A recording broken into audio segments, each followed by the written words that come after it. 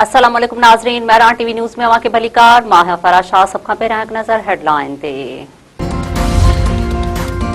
Iran हरम्स वारो सामूंडी लंघ मुकमल तौर ते बंद करे छॾियो। ईरानी मीडिया जो चवणु आहे त हरम्स वारे लंघ जी कुझु हंधनि ते बारूदी सुरंगुनि जो ख़तरो आहे। ईरानी नेवी मुतबादिल सामूंडी रस्ता मुक़रर करे छॾिया आहिनि। हरम्स वारे लंघ तां गुज़रण खां अॻु पाकिस्तान इनकलाब सां ताउन करणो पवंदो।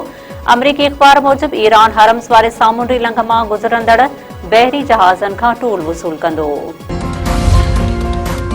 ईरानी पार्लियामेंट जे स्पीकर मोहम्मद बाकर कालिकाफ चयो आहे त ॻाल्हियुनि खां अॻु में ई 10 नुक़्तनि वारी तजवीज़ुनि मां 3 अहम नुक़्तनि जी भेनकड़ी थी चुकी आहे। लबनान ते हमला, ईरान जे हवाई हदुनि में ड्रोन्स जी चुरपुर ऐं ईरान जे यूरेनियम अफ़सोदगी जे हक़ जी नफ़ी उन ॻाल्हि जी साबिती आहे। ईरानी परॾेही वज़ीर अब्बास इराक़ची चयो आहे त अमेरिका खे फ़ैसिलो करणो पवंदो त हू जंगबंदी चाहे थो या इसराइल जे चवण ते जंग जारी रखणु थो चाहे।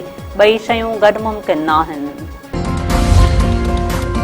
अमरीकी नायब सदर JD वेंस चयो आहे त अमरीका इस्लामाबाद में थींदड़ ॻाल्हियुनि मां पुरुमीद आहे। केतिरनि ई ईरानी तजवीज़ुनि ते अॻु में इतफ़ाक़ थियल आहे। JD वेंस ईरानी पार्लियामेंट जे स्पीकर जे बयान ते रद्द अमल ॾींदे चयो आहे त जेकॾहिं ईरान लबनान जो जवाज़ ॼाणाए जंगबंदी ठहणु चाहे थो त उहा उन जी चूंड हूंदी।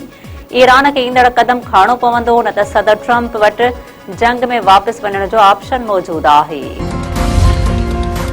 हैदराबाद में नारी मुबैना तौर क़तल, मुड़ुस ऐं सोहरो गिरफ़्तार। नूरानी बस्तीअ में नारी इकरा खे साहुरनि मुबैना तौर क़तल करे छॾियो। भाउ जी फरियाद ते पुलिस जी कार्रवाई, नारीअ जे मुड़ुस ऐं सोहरे खे गिरफ़्तार करे वरितो। पुलिस जो चवणु आहे त नारी इकरार जी शादी 8 महीना अॻु अंस कुरैशीअ सां थी हुई। वाक़े जी जांच जारी।